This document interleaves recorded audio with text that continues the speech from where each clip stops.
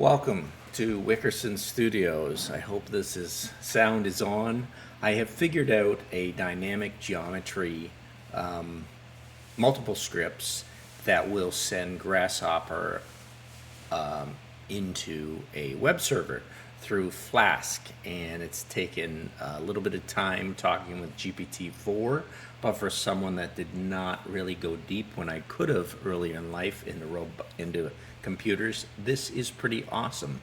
So what I have here is a simple geometry that many people might think, what is the point of that? I am not sending that geometry into Rhino. There is nothing in the Rhino environment, and this is fairly slow, as you can see, but I have a timed I was using JS to write geometry over into the server, which would have been easy, but I don't need that. All I need is a Python app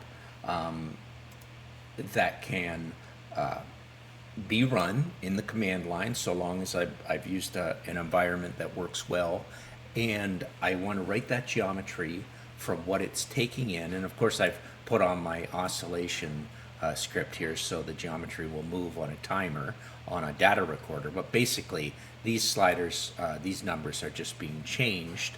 If I do a quick thing here, it's going to take a second to make anything because the program's running.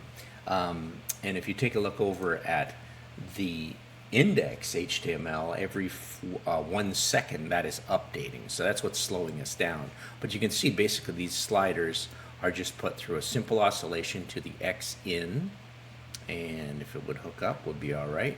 There we go. X is in, and that should be 48.69 for that second, and then changing every second. And I can do the same thing for the Y location. I'm just going to bring that in as shift that in as a second input, and that's where the Y is locating itself.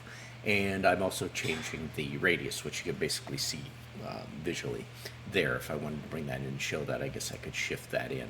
But this is very, very exciting. And for somebody that never does front-end development, never does websites, to come at this through Grasshopper, because that's what I'm most comfortable developing in, this has incredible potential.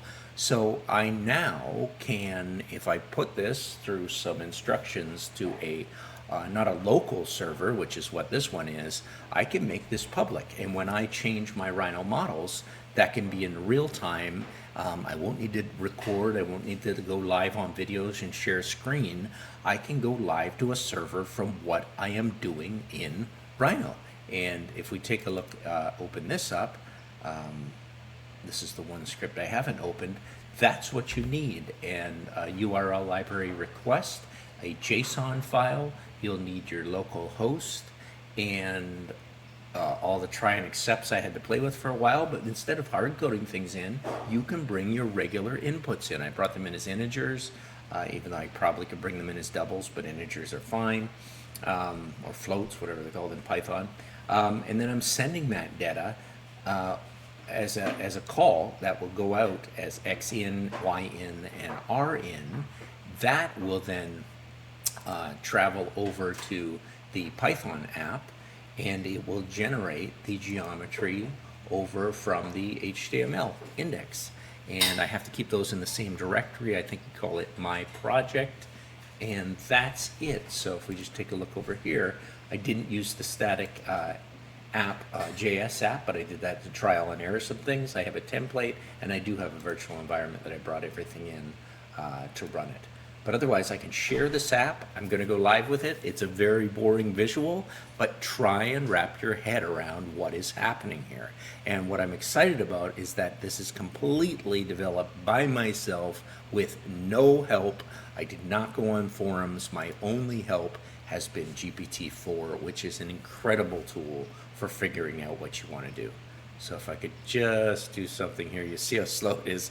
The interface is pretty tough. I probably shouldn't be running this through a data recorder. I should just use it manually and slide things. That would be fine. So this would maybe make it a little simpler. I just find it's interesting to see how that's oscillating, and you're getting your data. I only wish I could grab here. It's just taking a little time. I'm having trouble Yeah, just stretching that down so you can see the data. But perfect server response success, geometry updates. The only thing you maybe want to look at is if I drag it over, this is the excitement of what's happening. Every second on the second that is updating in the space, and I am getting a, oh my goodness, it got really, really big. Yeah, I don't need it that big. It's just a nice little command line showing you what's happening. And there it is. Pretty fantastic.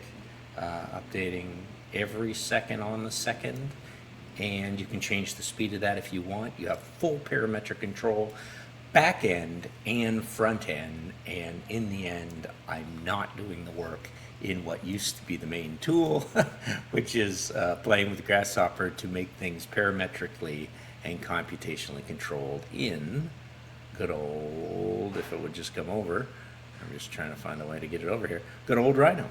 So instead of that interface, Rhino environment, we are live on a local server, and I will start to think about how I can make those servers public.